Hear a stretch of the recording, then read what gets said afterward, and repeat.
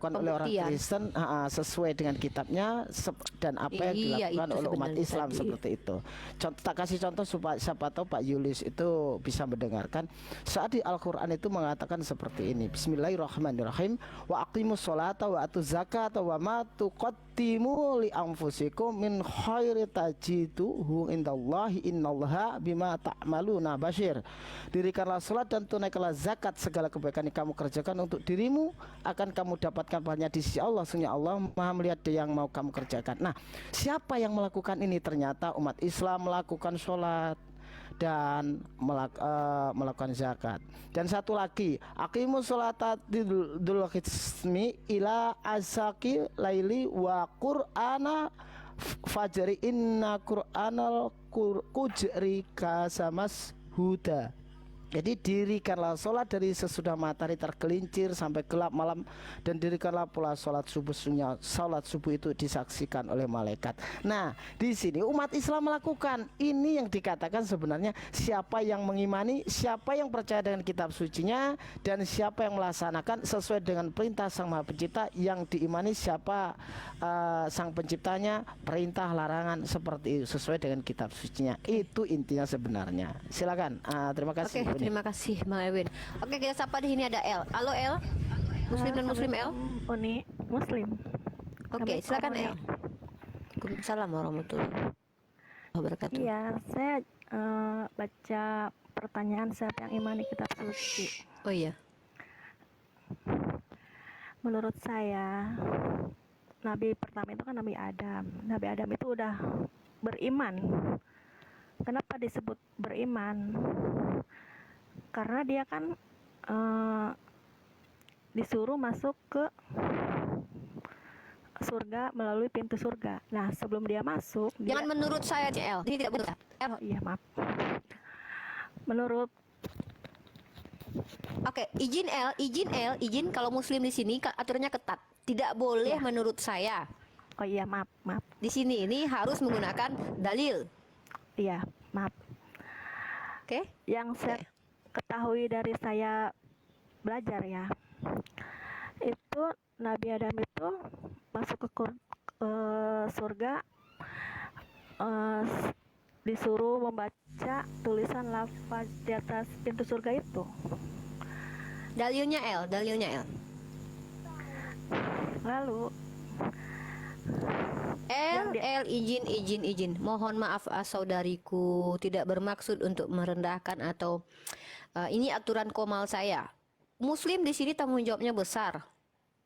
Muslim dan muslimah. Bukan penjelasan dulu, tapi dalil dulu baru penjelasan. Begitu. Di sini. Dalil dulu kemukakan baru dijelaskan. Bukan penjelasan dalilnya belakangan. No. Itu muslim tidak boleh di sini. Maaf, di sini harus seperti itu. Kalau Kristen terserah lah. Kalau Muslim tidak boleh. Muslim dulu dalil dulu, baru penjelasan. Kecuali untuk memang yang porsinya boleh di dalil aklian, boleh. Kalau untuk memang sesuatu yang tidak mentafsir dalil akli, itu boleh. Boleh menurut pandangan saya itu begini tak apa-apa. Tapi kalau sudah masuk ke konteks informasi by dalil. Paham El? Izin saudariku, mohon maaf. Ini sudah saya sondingkan berulang-ulang. Siapapun yang masuk di komal saya akan menjadi narasumber. Poin yang harus dilakukan adalah kemukakan dalil baru penjelasan. Gitu El. Jadi dalilnya dibacakan dulu. Hadis apakah itu, minimal dari website pun boleh, enggak apa-apa. Bacakan dalilnya dulu, baru dijelaskan. Itu etik di dalam sini untuk umat Islam. Gitu. Kecuali yang memang sudah pro, maksudnya sudah terbiasa dan dia sudah menyebutkan dalil itu berulang-ulang. Di komal sana juga bilang itu, di komal ini juga dia ngomong itu, di komal itu sudah sering, dan dia hanya menyebutkan penjelasan saja karena sudah berulang-ulang, ya orang sudah maklum dan paham, maka boleh. Oke? Gitu El. Oke. Paham El? Saudariku yang cantik sayang? Ya, paham. Lempar dulu ke yang lain. Oke, terima kasih ya. Oh ya, di mute ada suara anak kecil, takutnya nanti di ban. Ya, saya tidak mendiskreditkan keilmuan seseorang, tapi saya memberikan aturan yang ini aturan pribadi saya yang tidak boleh diintervensi siapapun. Saya tidak mengizinkan umat Islam berbicara di sini tanpa dasar dalil. Ya, karena saya akan bertanggung jawab kepada Allah nanti. Oke. Kita ke Woi dulu. Woi, ada yang mau disampaikan, Woi? Iya, tadi saya ini kan sesuai tema siapa yang mengimani kitab suci. Ya sudah pasti setiap agama meyakini kitabnya masing-masing. Dan saya juga sempat Izin saya ganti L dulu ya. Oke, lanjut. kemudian saya sempat mendengar perkataan dari abang di mana orang Islam Abang mana? Abang mana? yang tadi lupa, Abang mana? nggak tahu yang mana yang bicara tentang sholat kan Tentang itu, sholat? kalau tentang sholat ya tentang Oh, Bang sholat Erwin, zakat. Bang Erwin. Iya. Heeh. Erwin. Ya silakan, itu kalau memang diajarkan dalam Al-Quran silakan imani, itu kan kitab kalian tentang sholat Bukan menghadap itu, ke nggak usah dinasehati kami. Bukan, poinnya. tidak ada tertulis Apa dalam- argumentasi di dalam kamu, Taurat, kritikannya gitu? Jadi yakini saja kitab masing-masing. Kalau Al-Quran mengatakan sholat itu menghadap ke Ka'bah, silakan. Tetapi Taurat sendiri tidak menjelaskan sholat itu menghadap ke Arab, ya kan? Jadi silakan imani saja kita masing-masing. Itu saja dari saya. Iya kan disuruh. Ya, masalahnya di dalam kitab kamu. Enggak, tunggu. Di dalam kitab kamu itu ada perintah-perintah juga, woi. Aduh, Iya, oh my saya God. tahu. Iya, makanya saya bilang Ada perintah-perintah, kalau ngomong- berkiblat juga ada, Bu, tarik napas pelan-pelan. ngelilingin bait El juga ada, berkorban manusia nggak ada perintahnya. Iya, makanya saya mengikuti tema ibu. Iya, silakan kalian mengimani. Apa tema saya? Coba tema saya Nggak apa? paham itu nih, dijelasin Iya aja kan? nih, nggak paham kayaknya. Iya, kalau silakan mengimani kitab kalian, dianjurkan sholat menghadap Arab. Ya emang nggak ada yang bisa ngelarang kok, woi. Lalu apa? Iya, Coba. makanya Bukan kami itu. Siapa? Pertanyaannya, Taurat. bolehkah kami mengimani Taurat. Di dalam Judulnya Taurat itu bukan tidak ini. Judulnya itu tertulis bukan menghadap ke bolehkah Arab. kami mengimani kitab kami, baru kamu boleh jawab. Itu loh. Silahkan. Tapi kami bukan itu poinnya. Siapakah yang mengimani kitab suci? Berani nggak kamu pertanggungjawabkan Iya, bahwa makanya kamu benar-benar kalau- mengimani kitab kamu? Makanya saya mengimani. Itu Saya loh. makanya saya mengimani Injil dan Taurat. Injil dan Taurat itu mengajarkan sholat itu menghadap ke Arab. Jangan ada yang ketawa, Bang Ewin Saja ditutup. kita Kalau masing-masing. ketawa biar nggak. Iya kan? Ini bukan Ya masalah emang. imani masing-masing enggak. Kita Jadi bicara saya tentang komparasi. mengimani Di sini kita Injil sedang dan Taurat mengkomparasikan yang tidak antara mengajarkan teman sholat Muslim, itu menghadap apakah ke Muslim- Arab. Aduh, Jangan ngomong Iya. barengan, Jadi please. imani saja kita Jangan ngomong masing-masing. barengan, please. ini Kuping bukan saya sakit. masalah. Gitu loh. Anda jangan. Itu Udah, saja, stop, itu stop, saja. udah, woi, udah, makasih. Makasih, udah, woi, udah. Udah, woi, udah. Biar dia paham. Udah. Jadi Kepanasan. yang diangkat Iya, oleh Uni Rifa, Boy. mendingan saya turun, Bu. Iya. Aduh, dengerin. Ya, turun aja. Dia mengkomparasikan Turun dengerin di bawah. antara Muslim dengan kekristenan. Siapa yang lebih mengimani kitab sucinya? Itu. Kok malah Anda bilang biasa, ya sudah imannya aja masing-masing. Lah, bukan itu masalahnya, woi. Aduh, pening aneh. Ay, sakit kepala. Bang Jibril, silakan deh mau diomongin Bang Jibril. Singkat pada cepat. Come on. Enggak, sebenarnya dari tadi kan yang kita bahas kan soal siapa yang imani kitab suci. Iya, kalau pembuktiannya gitu Bang Jibril. Nah, bukan sebenarnya lebih ke substansinya langsung aja. Jadi Substansi, ya. kalau memang ada orang Kristen yang mengakui, oh saya mengimani kitab saya. Nah, Kitab iya. yang mana? Yang Pilo, Josu, Mercio, Exodus, Syaril, Vaticano, Sinaiticus, yang mana gitu loh. Dan kalau memang kalau keluaran Textus Receptius itu yang Telendale, Coverdale, Matthew, Aduh, Geneve, habis lah di situ. King James, yang mana gitu loh. Atau yang teks mana gitu, Jadi- Samaritan gitu kan, Septuaginta, teks Mesorah gitu di SS gitu kan. LAI nanti yang diimani. Kalau yang LAI pun yang tahun berapa? Karena yang itu ada 7 gitu loh. Nah, jadi agama Anda yang mana, kitab yang mana gitu loh. Jadi yang pasti aja gitu loh. Itu sih lebih ke sana sih. Sakit kepala ya Kak. Karena sebenarnya tema ini tuh asik loh. Karena gini ya, mereka tuh gini premisnya, Bang Jibril ke kita. Kalian mengimani Taurat, Zabur, Injil, mana kitabnya? Makanya saya bawa tema ini gitu loh. Kalian ngerti nggak sih apa yang disebut dengan mengimani? Yaudah yuk kita buktiin deh siapa yang mengimani kitab suci gitu sebenarnya Bang Jibril. Iya, tapi yang mana? Karena kalau memang berdasarkan mereka bilang, oh yang paling tua itu Sinaiticus. Di Sinaiticus ada Barnabas. Kalian imani enggak? Nah, jadi yang mana gitu loh? Jadi yang mana? Jadi yang mana Iya, gitu loh? itu juga poin. Maksudnya juga terjemahan lama kah kalian imani, terjemahan baru kah gitu kan, NIV kah gitu kan. Kadang bingung juga lama-lama ya. Tadi bapak tadi tuh sastra loh, ahli sastra, tapi pertanyaannya tuh kayak ya Allah, bukan ahli ya, maksudnya dia pembelajar itu, tapi kok dia masih bertanya. Dia, kenapa kok di dalam Quran itu kok Isa Nabi-Nabi Bani Israel diceritakan dalam bahasa Arab? Allahu Akbar, aku langsung bilang. Iya. Saya juga gak kepikiran seorang pembelajar sastra bisa bertanya seperti itu loh. Astagfirullah. Maksudnya Jadi kalau juga ya. kalau yang LAI juga yang mana, yang tahun berapa? Karena ada beberapa tahun yang lalu juga nggak sesama kayak yang sekarang gitu loh. Itu yang Kayaknya kita tutup aja tema untuk ini ya. Kita buka tema baru aja yang lebih ekstrim aja ya. Ini sudah mumpung malam dia. Oke, aku tutup dulu untuk tema ini ya, karena nggak ada dari tadi teman-teman Kristen yang sebenarnya pun lari-lari Ferry juga entah bawa apa-apa tadi kan. Sangat sulit mereka memahami yang dikatakan Umi itu. Padahal Umi simple ngomongnya, mereka sulit memahami. Ya bingung. Oke, saya tutup dulu buat di YouTube saya. Oke, ikhwah kata si Kores, ikhwah, aku udah selesai pada hari ini. Aku ya, Unik Riva sudah selesai Kores nih. Ya, model Kores nih. Ini model Kores.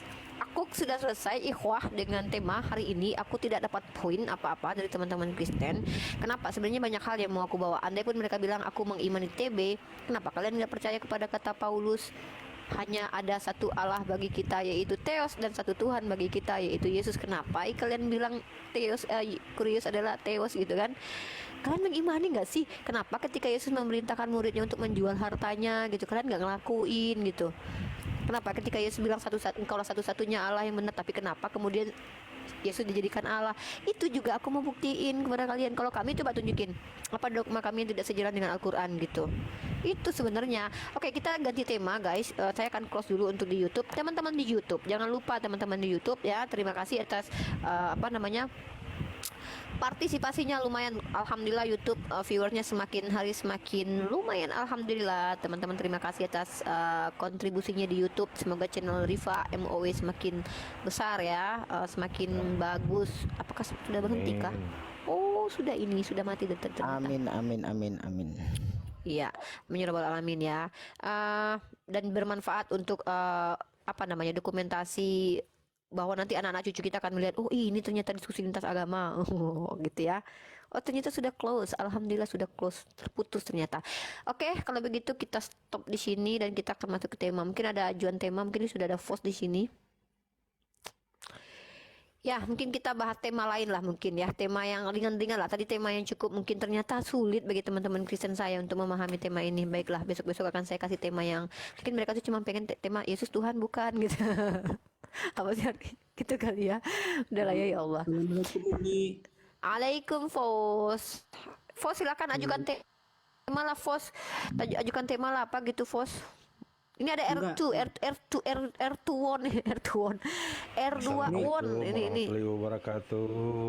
Waalaikumsalam. Saha tanya ya, kayaknya kenal nggak ya? Nggak, kasih naik aja yang non muslim. Kalau nanti yang kirain ini si VR. Sorry. Saya pikir ini si VR, ada salah satu teman Kristen saya namanya VR. Saya pikir itu Anda. Baik Pak Erwan. Terima kasih. kita kasih kesempatannya non muslim dulu untuk kan. Oke, jadi siap. kita di bawahnya nyimak. Siap. Nggak ada lagi teman-teman kita yang non muslim untuk naik, karena memang formasi seperti ini formasi yang sangat mengerikan bagi Baiklah, kita Fos aja deh. Di sini Fos kamu tidak akan diperdebatkan dan tidak akan ditunjukkan problem-problem dalam kitab kamu. Bang Jibril akan saya tahan, Bang Ben akan saya tahan, Pak Dani akan saya tahan, Uktilona dan Bang Erwin saya tahan. Karena kalau Ami memang tidak pernah selama ini membahas kitab kamu, maka kamu khusus tanya Islam aja deh Fos. Silahkan kamu tanya. Di sini banyak narasumber yang insya Allah bisa menjelaskan, mungkin by logik, by literasi, by dalil, by hikmah. Silahkan Fos. Karena kamu sendirian di sini, maka ironis. Ini muslim atau non muslim ya? Ironis nih. Ya, makasih Fos. Silakan Fos.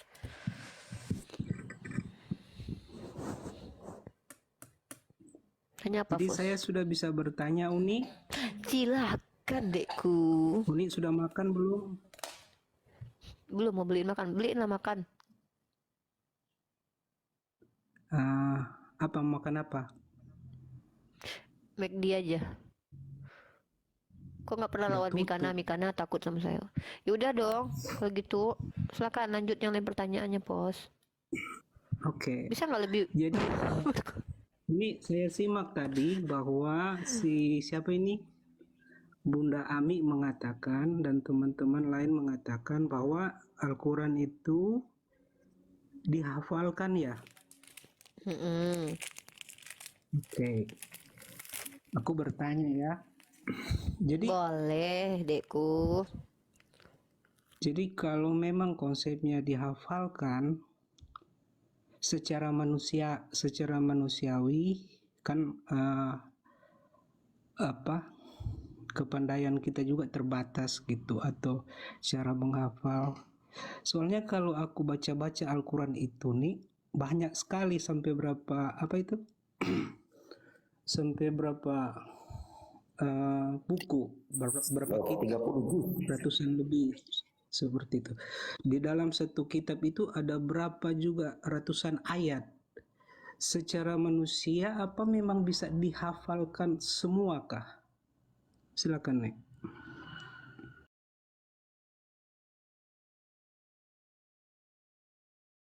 Kasih kesempatan. Karena di sini ada Bunda Ami tadi, jadi lebih baik kamu dibimbing sama Bunda Ami ya, sebagaimana Yesus pernah dibimbing Bunda Maria. Semoga Bunda Ami bisa membimbing dan bersabar ya, menyimak dan tidak perlu lagi yang lain menambahkan biar kita tidak berulang. Silakan Ami dijawab pertanyaan saudara kita Fos. Dede, Ami lagi nafas. Ami, silakan. Dengar tadi. Ami cuma dengar Ami. Bentar ayah, 5 menit lagi. Nafas Silakan dulu. tanya ulangi lagi Tapi Fos. Mas, Tanya sama Ibu, Bunda bentar. Ami. Iya ya, apa pertanyaannya? Oh lagi teleponan sama ibu, lagi NTL. Ibu, bentar. Oh yaudah beko lah. Lanjut lah dulu. Nevo lanjut NTL dulu. Salam kan TL di. Yep. Oke. Pak Dani, silakan Pak Dani. Pak Dani kerja, Pak Dani. Ini dia yang paling senior. Jadi pertanyaan coba diperjelas supaya lebih spesifik itu, supaya tidak ngambang nanti saya menjawabnya.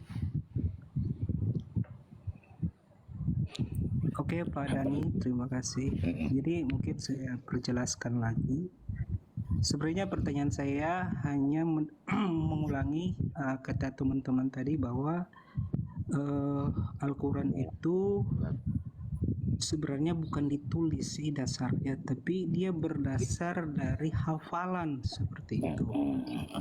Dan saya konfirmasikan ke Uni tadi bahwa Al-Quran itu memang dihafalkan secara manusia kan Pak Dan, dimana kita juga memiliki keterbatasan seperti itu. Kalau sekarang kan ada laptop, jadi apa yang kita tidak ingat bisa kita simpan di data-data seperti itu. Nah, saya sendiri juga pingin mempelajari Al-Quran seperti itu. Dan saya menemukan memang di Al-Quran itu banyak kitab loh. Kenapa kamu belajar Al-Quran? Mau ngelamar Cebi ya? Enggak. Maksudnya begini Uni. Jadi di dalam satu kitab itu ada berapa ayat sampai ratusan. Secara manusiawi, kalau memang dasar hafal, apakah pendapat Bisa Pak Dani, kamu menghafal Al-Quran tapi sunat dulu ya? Itu jadi pertanyaan saya secara manusiawi. Ya lanjut canda. Lanjut Pak Dani dijelaskan. Kasihan nih dibimbing ini. Ya, jadi kalau untuk menghafal Diam Al-Quran dong itu, nanti Pak Dani nggak simak pertanyaan Iya. aku. Ya kan kita lagi nyantai Fos, nggak ini lah. Kita kan lagi nyantai aja. Lanjut. Jadi tolong Pak Dani berikan jawaban yang jujur, yang sistematis, yang memang Lu nuduh Pak Dani suka bohong gitu. Ya anak. Ya Jadi Pak Dani. Ini. Jadi kalau untuk menghafal Quran secara keseluruhan dari Al-Fatihah sampai surah An-Nas hafal murni 100%, maka itu pertama membutuhkan waktu, dan kedua juga harus orang yang benar-benar bersih. Dalam arti kata bersih di sini perbuatan maksiat yang dihindarinya. Itu yang pertama. Kalau orang masih mendengar kemaksiatan, sulit untuk menghafal secara keseluruhan. Tetapi kalau untuk sebagian iya, bisa. Tetapi kalau untuk keseluruhan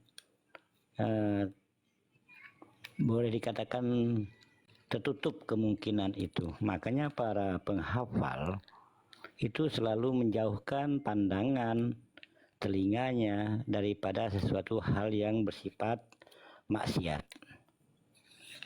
Itu dulu. Kalau kita sudah lepas dari kemaksiatan, baik dari pandangan maupun dari pendengaran, itu bisa hafal. Tapi kalau dia sudah masuk ke maksiat lagi, hafalan itu secara otomatis itu bisa secara sendirinya akan hilang. Nah, itulah keanehan daripada Al-Quran. Aneh tapi nyata. Itu boleh ditanyakan lah orang-orang yang sudah paham itu. Aneh Ya, tapi mungkin bagi Fos sulit, tapi karena kita beda, kami umat Islam ini diberi Roh Kudus, maka bagi kami mudah saja begitu. Kalau Fos kan nggak punya Roh Kudus, makanya bagi Fos tuh kayak nggak mungkin. Ya kan nggak punya Roh Kudus, makanya jadi kayak kami lah punya Roh Kudus. Iya, aku tanya sama Pak Dani kok. Boleh menambahkan secara fakta dan statistik aja. Boleh. Gini Bang Fos. Al-Quran itu 30 juz, 114 surah, dan 6.236 ayat, dan sekitar 668.000 kata. Nah, ini kalau kita hitung Alkitab dibandingkan dengan Alkitab, itu ada 66 kitab dengan 31.000 kata. Nah, di 31.000 ayat. Alkitab itu 6 kalinya Al-Quran. Dan kalau ditanya lagi Alkitab yang mana? Yang Syrian 61 kitab, Protestan 66, Roman 73, Koptik 75, Karismatik 76, Greek Ortodoks 78. Siapa yang menjawab saya ini? Siapa yang menjawab pertanyaan Jibril. saya? Jibril. Jibril, Anda keluar konteks dari jawaban saya. Bukan. Jadi secara statistik. Saya diberikan kesempatan untuk bertanya. Jadi ketika pertanyaan saya saya nggak nyerang. Saya nggak nyerang. Tenang.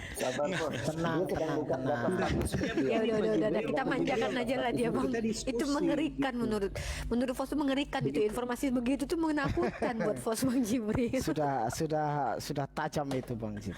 Enggak, itu statistik. Kita cuma 1/6-nya Alkitab. Itu Al-Quran itu cuma 1/6. Anda boleh nanya saya. Enggak, saya nggak mau nanya. Saya nggak mau nanya. Kita nggak mau nanya, Fos. Saya mau nanya. Saya cuma membandingkan secara statistik dan Kita fakta kasih itu aja. kesempatan Fos nanya deh. Ya, jangan inilah Fos, jangan kayak tendensis gitu dengan jawaban gitu. Itu nggak nyerang loh, maaf. Kalau nyerang maaf. Maaf kalau nyerang maaf. Artinya gini loh Fos, yang dimaksud Bang Kalau Jibril, merasa terserang minta maaf. yang dimaksud Bang Jibril, artinya Quran itu hanya 1/6-nya kalau dari jumlah total ayat. Jadi bukan hal yang nggak masuk akal untuk dihafal gitu loh. Karena Alkitab ternyata lebih banyak. Itu aja sebenarnya yang dimaksud Bang Jibril. Ya dia nggak mau mendengarkan itu karena itu terlalu menyakitkan. Iya, maaf. Kalau terasa menyerang, maaf. Dimaafkan. Mungkin tanda-tanda tersentuh hatinya itu. Dia ini sudah lama tersentuh, apalagi sejak lihat Cebi. Mungkin begini ya, saya sedikit menambah ya, Bang Fos ya. Memang di dalam Al-Quran itu sudah dijelaskan ya, bal huwa ayatun bayyinatun fi suduril ladzina utul ilma wa ma yaj'atu bi ayatina illa inadzalimun ya. Al-Quran itu sesungguhnya adalah ayat-ayat yang benar yang ada di dada orang-orang yang berilmu. Nah, ini jelas. Jadi Al-Quran ini memang kalau orang itu bisa menghafal, berarti itu pertanda orang yang memiliki ilmu. Nah, yang pastinya orang yang mau menghafalkan Al-Quran ini harus sudah lulus dulu dengan metode-metode yang diterapkan untuk sang penghafal. Ya mungkin kalau kita bersuci, kita dalam harus keadaan pemikiran yang bersih, harus memang berniat untuk menghafal Al-Quran, harus fokus, tawadu, khusyuk kepada Allah Subhanahu Wa Taala, itu udah pasti. Tapi ada metode-metode lain sebelum menghafal Al-Quran itu, pastinya dari huruf hijaiyah saja harus jelas, harus tepat, harus fasih, seperti itu. Bahkan penghafal Quran itu kalau dari dasar melafalkan satu huruf saja itu bisa berhari-hari.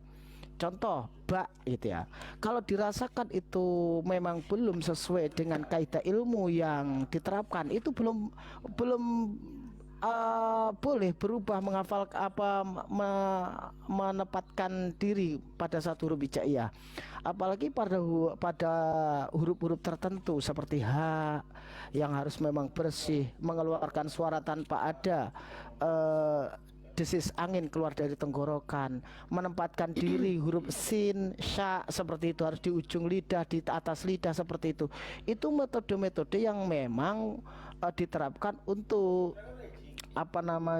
untuk penghafal Quran. Nah, metode ini ada nama-namanya sebelum sebagai penghafal. Nah, itu pun setelah proses itu dijalani, nanti ada syarat lagi.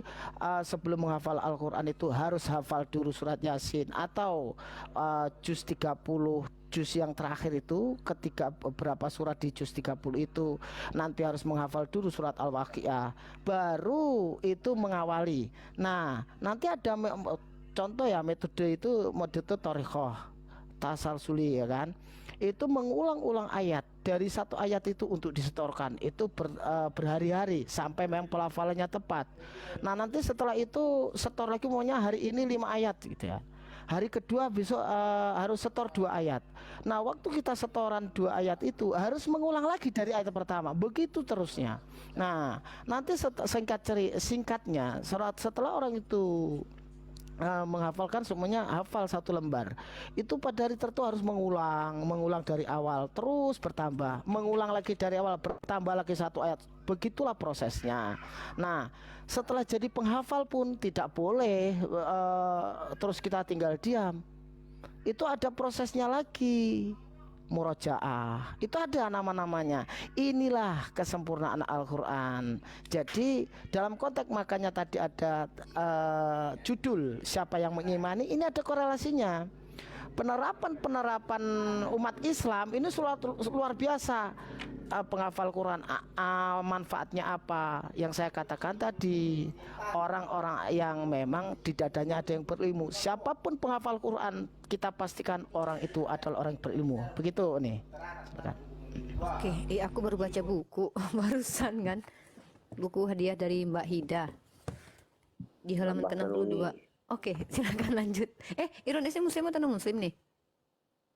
Assalamualaikum warahmatullahi wabarakatuh. Waalaikumsalam. Warahmatullahi wabarakatuh. Nah, saya hanya menambahkan apa yang disampaikan tadi Bang Erwin ya, atau ini saya menambahkan terutama di dalam Al-Kahf di ayat pertama, ayat kedua, di situ udah jelas. Saya baca terjemahan aja. Kalau ini saya kurang fasih, takut nanti salah harkat atau salah tajwidnya, karena saya juga masih belajar membaca Al-Quran ini. Alhamdulillah, walaupun mualaf, dalam waktu 3 atau 4 bulan kita bisa sangat mudah membaca atau menghafal Al-Quran. Nah, yang saya pelajari pertama itu di ayat pertama, segala puji bagi Allah yang telah menurunkan kitab Al-Quran kepada hambanya, diberi dan tidak menjadikannya bengkok. Maksudnya tidak menjadikan bengkok ini maksudnya jalan yang memimpin jalan kita yang lurus, maksudnya begitu. Inilah sambungannya terus 1, 2, 3 dan 4. Nah, di sini saya pelajari terus. Alhamdulillah mudah, sangat mudah, masih mudah kita membaca Al-Quran atau menghafal Al-Quran daripada kita belajar bahasa Inggris. Mungkin itu. Hanya itu nih. Oke, Nah, karena ada beberapa keluarga saya juga mualaf, ya semuanya mempelajari, ya Masya Allah sampai menetes air mata lah semuanya nih, karena kebesaran Allah memang selama ini dalam keadaan jahiliyah lah dulunya. ya kita hijrah gitu. Mungkin Oke, itu terima wabillahi kasih. taufiq. Assalamualaikum warahmatullahi wabarakatuh. Aku kasih info sedikit dong, kasih info. Jadi aku baca buku nih ya. Di sini di halaman ke-62-nya gini nih bacanya. Lukisan Apollo dari sebuah ukiran Romawi dalam dunia kuno, dewa matahari secara khas digambarkan memancarkan 7 sinar di belakangnya tuh. Dalam buku Mesir Book of the Dead, mereka dikenal sebagai 7 roh dari Ra. Wah, jadi ingat tanduk 7. 7 roh Tuhan. Ya, Dalam ada di tradisi kitab kuno Wahyu. Ibrani sebagai 7 kekuatan dari cahaya. Wah, bawa cahaya nih. Wah, kok mirip. Bener-bener khayalan dewa matahari yang sama yang digunakan untuk menggambarkan Kristus. Bukan gua loh yang ngomong. Serius. Ini bukan gua yang ngomong. Padahal gua mau. Iya, itu kenapa? Karena itu nih, di setiap lukisan Kristus di atasnya pasti ada bulatan kuning. Nih. Ingat nih bukunya nih. Nih, ya. Nih bukunya. Dan ini bestseller nih. Konon kabarnya bestseller. Nah, terus ini. Tuh. Dan digunakan untuk menggambarkan Kristus. Gokil coy. Wih, gokil. Kok iso yo? Kok iso ngono yo? Piye iki? Jadi piye iki? Ya mbo. Lah kok iso? Kok mirip-mirip ngene iki maksudnya apa ngono? Mirip ya. Piye iki ceritane? Fahami dalam hati uni. Lah ngono kuwi. Nek aku ki yo manut wae. Lah piye? Cari penulis wis melu wae aku. Jadi ki penulis wis iki penulisnya jenenge sapa ya? Sik tak baca sik. Penulisnya ki jare Jonathan Blake ki. Iki jenenge bukan ustad iki. Mesti ki. Iki udah ustad, ini bukan ustad ini. Jonathan Blake ini namanya nggak Islam. Sholat Jumat itu. Cuma tidak pernah sholat Jumat itu. Tetangganya Bang Jibril itu. Iya. Apalagi Fos. Silakan dimanjakan Fos saudara kita ya. Mana tahu dia habis sunat besok. Jadi begini Uni.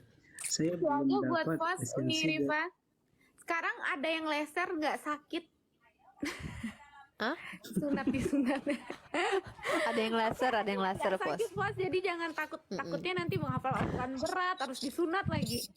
Oh iya. Fos, ini lagi Ami Cebi nggak udah mau ada dia suara, kan? Cebi nggak mau juga terima kamu kalau kamu nggak sunat. Bukan? Serius Fos. Cebi udah bilang sama aku, dia nggak mau terima kamu kalau kamu nggak sunat. Elektrocutter, Bos. Jadi elektrocutter itu begitu didekatkan gini langsung putus, Bos. Gitu. Anda Iya tinggal di katanya nggak anestesi sakit pakai loh itu anestesi lokal. katanya ya. Pakai elektrocutter Mbak Ami. Jadi elektrocutter itu setelah kita di anestesi lokal, dideketin gini udah terbakar udah lepas. Enggak lah. Nggak bayangin. Untuk Fos, untuk Fos lebih bagus, lebih enak ini sunat hati, ya nggak Fos? Sunat hati. Kalau Bang Jibril dulu mah pakai kapak ya Bang. Saya rasa gemetarnya orang mau bersunat ini lebih gemetar pengantin baru Bang Fos.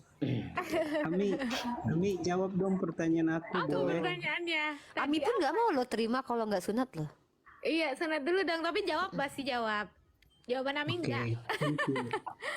Jadi Iya. yang aku Tapi kalau kamu dapat Ami, kamu dapat Cebi sama aku loh. Berani. Gratisannya ya. Reward. Gratisannya aku sama Cebi. Kalau kamu dapat aku, bonusnya Cebi sama Ami. Mau? bahagia sekali saya kalau Sunat dulu. dapat Ami ya. Tapi sunat dulu ya. Jadi begini Ami, yang saya dengar di bawah bahwa Ami mengatakan Iya, ya. tadi, Ami katakan tadi bahwa Al-Quran itu tidak didasari dengan tulisan. Apa benar atau betul? Tidak Betul. pada perkembangannya tidak didasari dengan tulisan. Gimana nih pertanyaannya tidak didasari dengan tulisan? Memang bahwa Al-Quran itu ini ya, Al-Quran itu turun tidak kitab gitu, tidak berbentuk kitab yang diturunkan. Verbal revelation. Nah, kemudian dalam perkembangan pengajarannya itu memakai alat bantu untuk mengajarkan Al-Quran itu memang pakai kitab. Kita pun bukan pakai kitab, pakai suhuf mushaf, pakai lembaran-lembaran. Jadi jangan dibayangkan saya kepada anak-anak murid saya yang misalnya masih kecil-kecil itu dari kecil sudah langsung menekankan bahwa Al-Quran itu nggak turun kayak kitab gitu. Itu Keren penting. banget ini. Ini keren Itu banget isi penting. bukunya. Lanjut. Ya.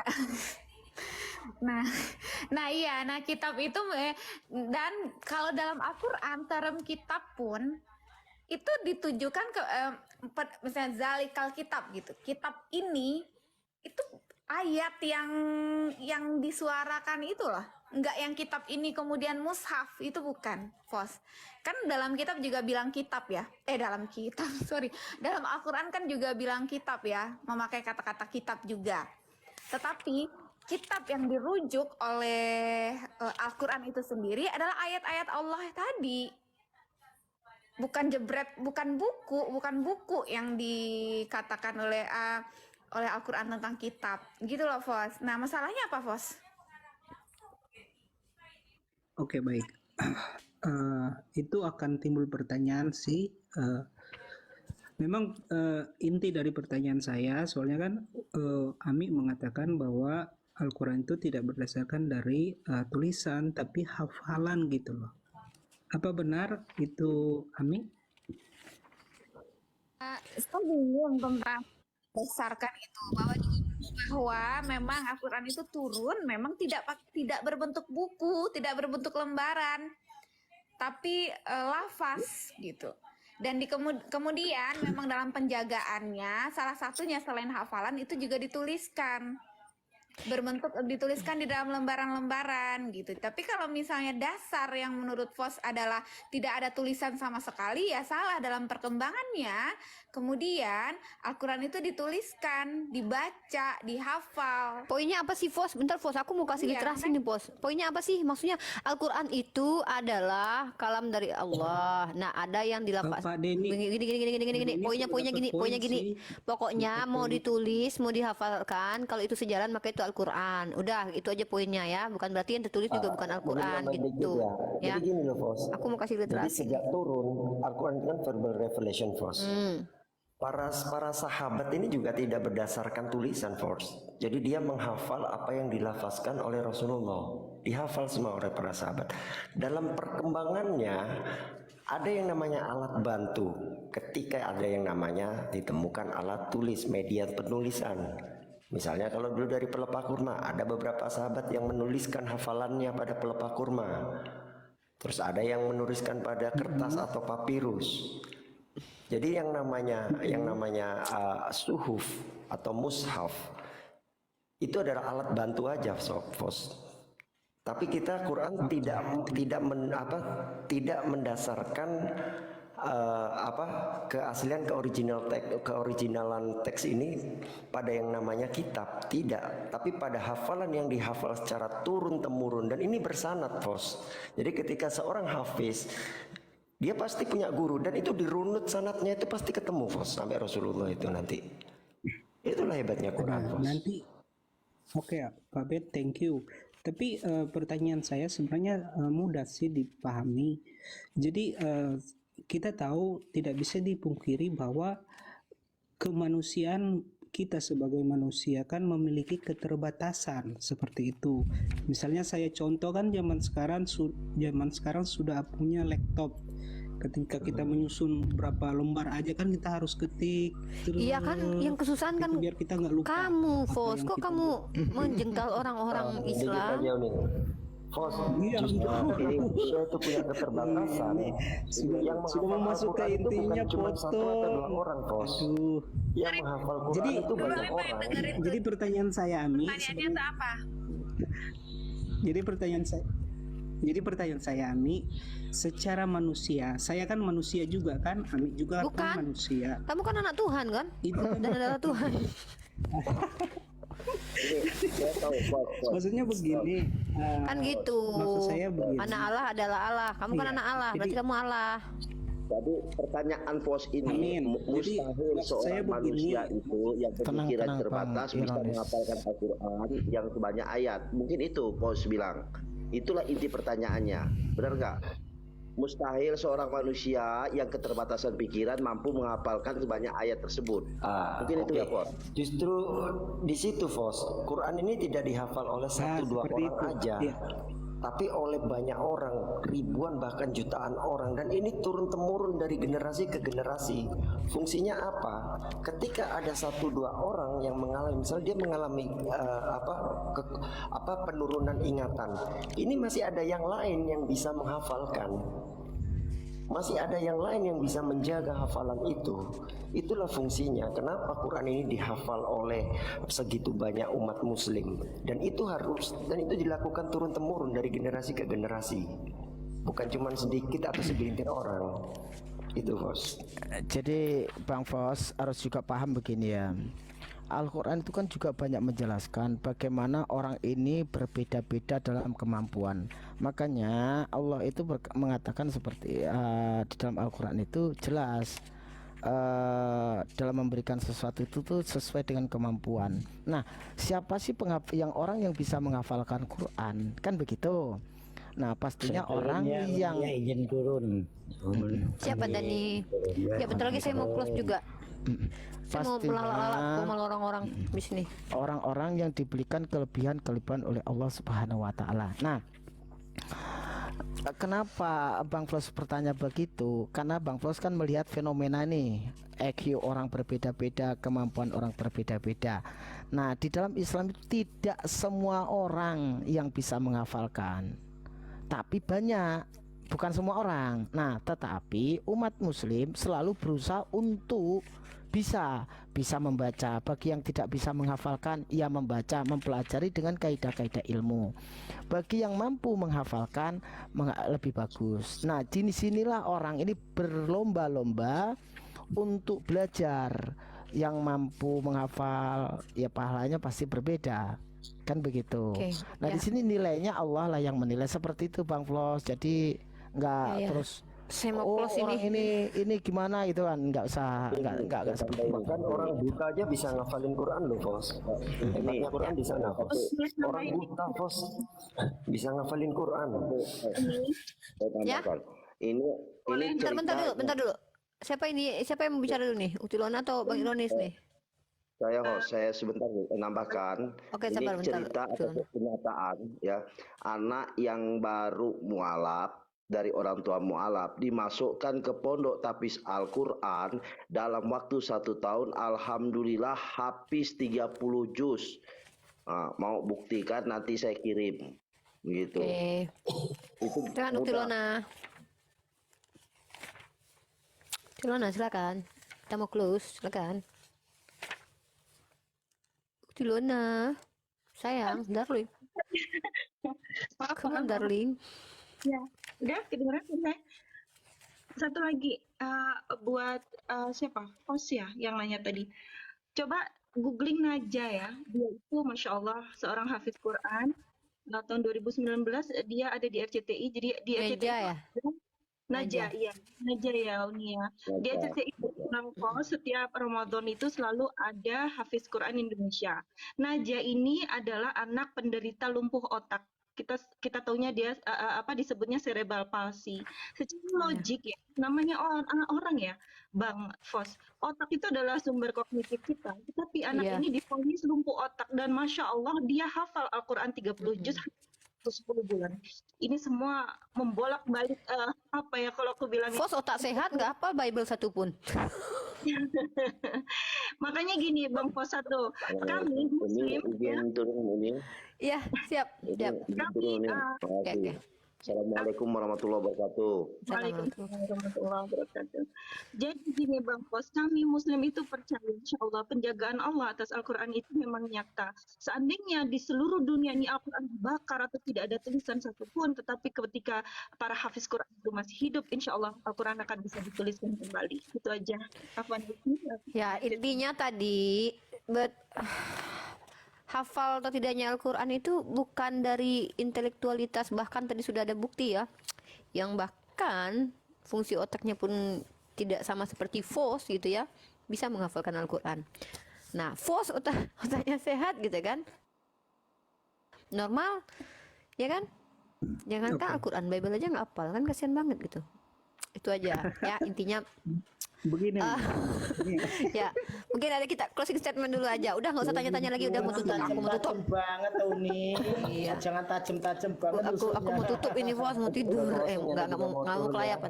Mau kelayapan aku, mau ke kamar lain. Kan closing statement. Padahal saya ada kesempatan loh mau tanya sama Ami. Besok lah.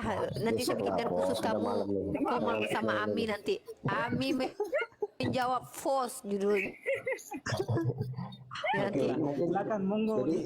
Thank you. 53 jam kita Allah juga sudah mengatakan bahwa satu-satunya kitab yang dia akan jaga sampai akhir zaman itu adalah Quran. Andai kata seluruh kitab suci di dunia ini dibakar, demi Allah dalam waktu kurang 1 hari, hanya Quran yang bisa terkodifikasi lagi. Kitab lain tidak. Terima kasih Uni. Ani turun. Terima kasih banyak teman-teman. Assalamualaikum warahmatullahi wabarakatuh. Ya, semua silakan closing statement. Pinggang aku udah sakit by the way. Silakan, Mbak. Ami ini closing statement Ami langsung turun. Ya, tentang penghafalan Al-Quran tadi beberapa tahun yang lalu, 2 tahun atau 3 tahun yang lalu itu sempat digegerkan sama statement seorang dosen UI yang menyatakan bahwa para hafiz Al-Quran itu tidak dibutuhkan lagi karena ada banyaknya media yang dijadikan untuk Al-Quran, yaitu media dengar, media tulis gitu, nggak hanya media tulis. Dan sepersekian detik saya cukup sebagai seorang yang di bidang Al-Quran dan tafsir ya, sepersekian detik saya cukup dari paparan-paparan Bapak itu, saya cukup agak tertarik gitu Kak Dek dengan Unirifa dengan pernyataannya. Sepersekian udah manggil kakak, manggil adek lagi lu. Habis manggil kakak, manggil adek lu. Tidak diperlukannya lagi hafiz Quran, tapi detik-detik berikutnya saya sadar bahwa penjagaan Allah yang paling menjamin itu adalah baik hafalan, karena sangat-sangat mungkin ada kejadian di mana nanti kita kehilangan file-file Al-Quran ataupun berbentuk soft file ataupun hard file itu akan hilang gitu. Kita nggak tahu apa yang terjadi ke depannya, dan itu akan masih bisa ditulis lagi oleh para penghafal Al-Quran. Jadi saya juga tidak setuju tuh sama dosen UI yang bilang, tahu tuh dosen UI itu aneh. Tapi itu sempat heboh Uni, itu sempat 2021 kalau nggak salah. Habis itu 2020, habis itu langsung udah kayak ini belum, penyanyi Rebana belum aku udah kayak penyanyi Rebana. Dia dosen loh. Udah Fos, udah lah capek. Sakit nih. Aku udah kayak penyanyi Rebana ini. Belajar di waktu tadi ya bahwa tadi Uksilona juga udah jelasin banyak. Nah, Fos nggak ribet kalau ngomongin kodifikasi Al-Quran, mungkin ribet karena berapa ribu tahun yang lalu gitu ya. Fos apa hidupnya aja ribet, Fos ini kok. Ngomongin Al-Quran itu fakta. Tak ada cantiknya katanya. Itu nggak bisa sangat bisa kita lihat hari ini. Mungkin kita nggak tahu Al-Quran turun kepada Nabi Muhammad kayak gimana gitu ya, by iman. Tapi untuk kembalikan model jilbab ini, itu sangat bisa kita lihat hari ini. Hari ini itu masih ada Fos. Jadi buat apa dipertanyakan gitu faktanya? Tolong Ami kembalikan model jilbab seperti ini lagi untuk menjadi udah kan. tren. Ami sekarang udah kayak gitu, tapi nggak kayak gitu nih di ini ditempel. Ami sebenarnya udah saya Fos, udahlah Fos, ya Allah ya Rahman. Ini loh Bang Jibril juga mau closing statement. Sebenarnya saya baru Bang Erwin sama Tilona. belum ke intinya gitu, tapi ya, udahlah nggak usah ke inti, nggak usah pakai inti, udah nggak. Oke, silakan Bang Jibril closing statement. Gitu ya, terima kasih teman-teman sekalian. Wabillahi taufiq wal hidayah. Assalamualaikum warahmatullahi wabarakatuh. Langsung turun sama kan, Ami. Yo. Waalaikumsalam.